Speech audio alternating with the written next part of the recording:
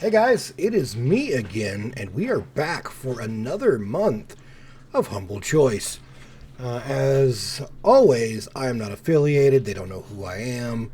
I'm just doing this because I like the deals and I like to get them out and I like to talk about them. This is for March, the 4th, and we are having in on some pretty interesting games we've got going on here. First up, we've got Pacific Drive. I love this game. Absolutely love this game. And this comes with all 4 DLCs, which is amazing. This right here is enough to buy the entire set. All right, the entire choice day. This is what you need. Yeah.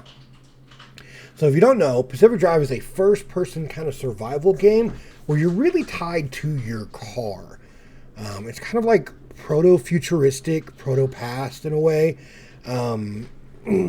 where you're in a family wagon, basically, hunting down specific things and resources to fuel your car, as well as try to find a way out of this sort of paradox zone. But let me just read what it says without, making it too bad. It says, Pacific Drive is a first-person driving survival game where your car is your only companion. Navigate a surreal reimagining of the Pacific Northwest and face supernatural dangers as you venture into the Olympic Exclusion Zone.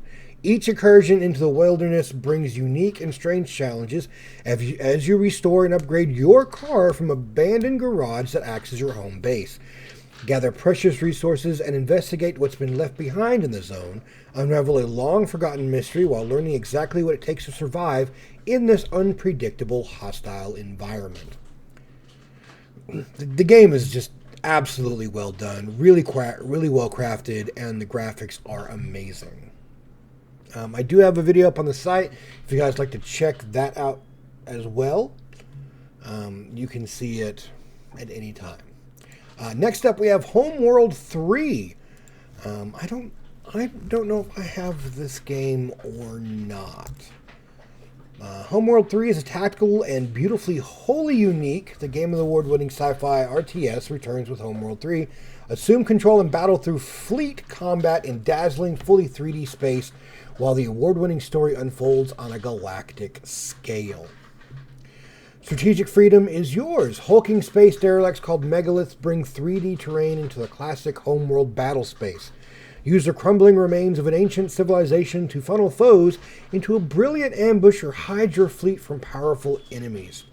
Fortresses teem with menacing turrets and invite your strike craft into dangerous trench runs deep behind enemy lines. But not everything is in your control. Dangerous space phenomena like particle storms and asteroid fields will test even senior commanders. Attack head-on in a clever flank or even from above and below your foes. Homeworld 3's fully simulated ballistics make line of sight and cover critical strategic considerations. Your fleet persists from mission to mission. Scars on your ships linger. Strikecraft pilots and capital ship captains pass along critical information through battlefield chatter. It is co-op too, War Games co-op. PvP battles, also allows for mods. But the story is supposed to be really good. Says Homeworld's Game of the Year winning story continues since the end of Homeworld 2. The galaxy enjoyed an age of abundance thanks to the Hyperspace Gate network. Cycles of plenty of war have come and gone. Now the gates themselves are catastrophically failing, and Kuran, who has passed into myth and religious idolatry, is the key to the mystery threatening a galaxy's future. That seems pretty interesting. Graphics are all already top-notch. If you like RTS, this might be something that you might be into. Next up, we have Wild Hearts. I do know that this game has come out a little bit ago. I don't really know too much about it. It really felt like a Monster Hunter type game. Yeah, see, a hunting genre. Wild Hearts is a unique twist on the hunting genre, where technology gives you a fighting chance against fearsome beasts infused with ferocious power of nature itself. Take on these creatures alone or hunt with friends in seamless co-op. No one remembers why the Camino began their rampage through a once prosperous Azuma. Fueled by desperation, they wield the power of primal nature at its most destructive. For a while, it seemed that none could stand against their overwhelming might. But hope arrives in the form of a formidable hunter armed with deadly weapons and ancient technology called Karakura that could turn the tide of battle. So yeah, hunt giant nature-infused beasts, tame a world gone wild, craft your hunting grounds, hunt in a pack and cross-play, gear up to hunt, hunt to gear up. So yeah, it is very, very reminiscent of Monster Hunter. It's just kind of like, I guess, like a new, different take from a different company to kind of go for the giant monster killing genre. Next up we have Zao. Tales of Kinzara Zao. Alright. The graphics are really nice. Looks to be a 3D platformer. Wield the dance of the shaman. Reclaim your father's spirit. A grieving boy begins to read a Bantu tale written by his late father. Adventure into the beautiful and treacherous lands of Kinzara as Zao, a young shaman who bargains with the god of death to bring his Baba back from darkness. With your cosmic powers and untried courage, you advance in unknown mythological lands once bursting with life. Kinzara is now rife with lost ancestral spirits. As Zao advances toward his goal, three mighty beings lie in wait. Fearsome in their strength, yet somehow strangely familiar, will you embrace the dance of the shaman? So I guess you have like different types of like dances, right? The dance of sun and moon masks. That's your fighting style, basically. You shift back and forth between sun and moon to do certain things, to manipulate time and stuff like that. We have a mystical realm, 3D platformer, and controller supported. As always, that's pretty much, I like having a controller for 3D platformers. Next up we have Gravity Circuit. This looks like Mega Man. So this is a 2D platformer. In spirit of console classics, yeah, that's exactly what it is. It is basically a new Mega Man. How can you not, like, 100%, this is just a reskinned Mega Man. But I mean, there's nothing wrong with that. Sir Whoop-Ass.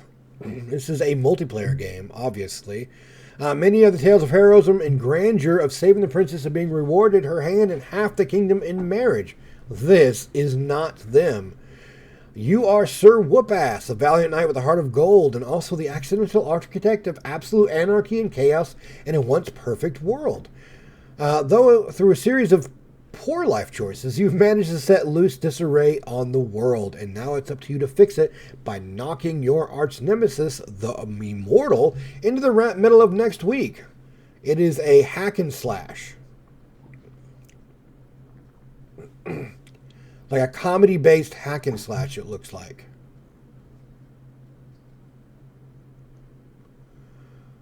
Huh. It really gives, the comedy really looks like, it feels like Goat Simulator, but you add hack and slash into it. Interesting. All right. Racing. I think I actually have played this. Right? I think I actually own this. Let me check real quick. See all my games that I've got going on. Yeah, I do have this, and I have played it, made a video of this. It was really interesting. I kind of figured as much. The gameplay was, it's an auto battler. Yeah. A deck, like a kind of a weird sort of auto battler that you had to fight with a deck building sort of basis to it. but it dynamic real-time combat. Yeah, it's real-time combat. You add when you play your cards, it'll automatically use it, and it kind of just auto battles. If you'd like to see the video on this, just look through it in my archive, and you can pretty much find it. Next up, we have Caverns of Dreams. And a lot of 3D platformers this month, it looks like. This is very reminiscent of Spyro. You are literally like a weird dragon sort of thing. Cavern of Dreams is a real 3D platformer with collectathon elements created in the style of Nintendo 64 era platforming gems. Play as Finn, the young dragon who enters the Cavern of Dreams in search of his unhatched siblings stolen away by a mysterious villain. Explore densely packed worlds full of puzzles to solve, challenges to overcome, and treasures to collect as you get closer to solving who stole your siblings and why. Huh. Collect them all, so you gotta find all the goodies and all the eggs and stuff like that. I probably won't play this. I'm not a big platformer to begin with, but I don't know.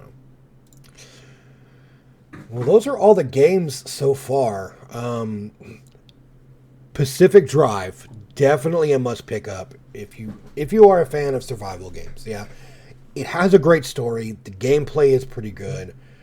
This right here is worth the whole bundle for me. If I didn't already have this, this would drive me to get it. I might play Homeworld 3. I don't know. I don't even know if I have any of the Homeworld games. Let me see. I do not have any Homeworld games. But, you know, that might be interesting to check out. I'm not a big fan of Monster Hunter games either. I don't know.